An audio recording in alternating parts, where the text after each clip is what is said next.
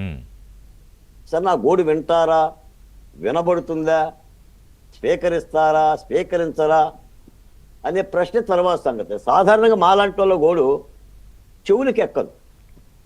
ఎందుకంటే కోకిల పాట వేరు, కాకుల అరుపులు వేరు. ఒక మాట మాత్రం చెప్పాలండి.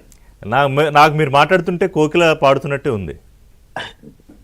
ఒక మాట చెప్పాలి. ఇప్పటికీ కూడా అంటే 10 ఏళ్ళు అమరావతి నిర్మాణం జరిగింది. ఉమ్, జగన్మోహన్ రెడ్డి గారు 5 ఏళ్ళు పరిపాలించారు. చంద్రబాబు నాయుడు గారు 2017 తర్వాత 2 ఏళ్ళు పరిపాలించారు. మళ్ళీ ఇప్పుడు పరిపాలిస్తున్నారు. అవును. 34,000 ఎకరాల భూసేకరణ జరిగింది. అసెంబ్లీ ఉంది, సచివాలయం ఉంది, హైకోర్టు ఉంది. మరో 44,000 ఎకరాలని భూసేకరణ రెండో పర్యాయం చేద్దామనే కసరత్తు జరుగుతుంది. ఇన్ని జరుగుతున్నా అమరావతి ఇడ్లీ పాత్ర, అమరావతి గ్రాఫిక్స్, ఉమ్, అమరావతి కమ్మలది అంటే ఈ లస్కరే తోయిబాలను ఏం చేయాలి? ఇప్పటికే ఆ మాటలు మాట్లాడుతున్నారా? స్టిల్ రోజా గారు ఇదే మాట్లాడుతున్నారు. మీరు ఇంటర్వ్యూ చేయండి రోజాని, ఆ, మంత్రి రోజా గారిని. ఓకే. గ్రాఫిక్స్ అంటుంది, మా డిబేట్లో ఇడ్లీ పాత్ర అంటారు. పోనీ వాళ్ళ సాక్షి పేపర్ మీద తిరగయ్యండి. ఆ, ఐకాన్ టవర్స్ దోపిడీ,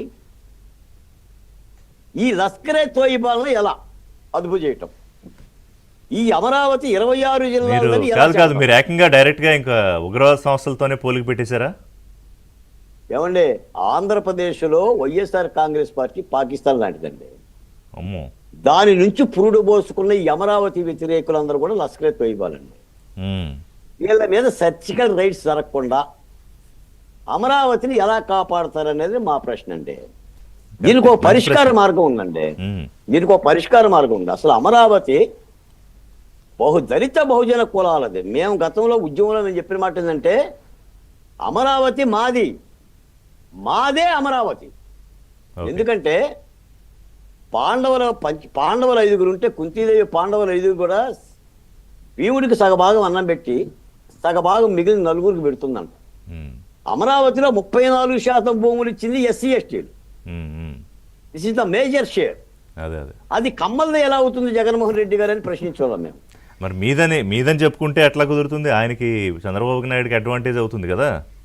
అసలు చంద్రబాబు అదేదో కాదు, రాష్ట్ర ప్రజల కోసం ఆయన తలపెడితే అదేదో చంద్రబాబు ఇల్లు కట్టుకోవడానికి ఏదో ప్రయత్నం చేసినట్టు, దాన్ని ఎలా అయినా ముందుకెళ్లకుండా ఉండాలని, పోనీ 3 ముక్కలాటాన్ని అది కూడా ముందుకెళ్లకుండా, ఇవన్నీ కూడా మాట్లాడదాం బాలకోట గారు.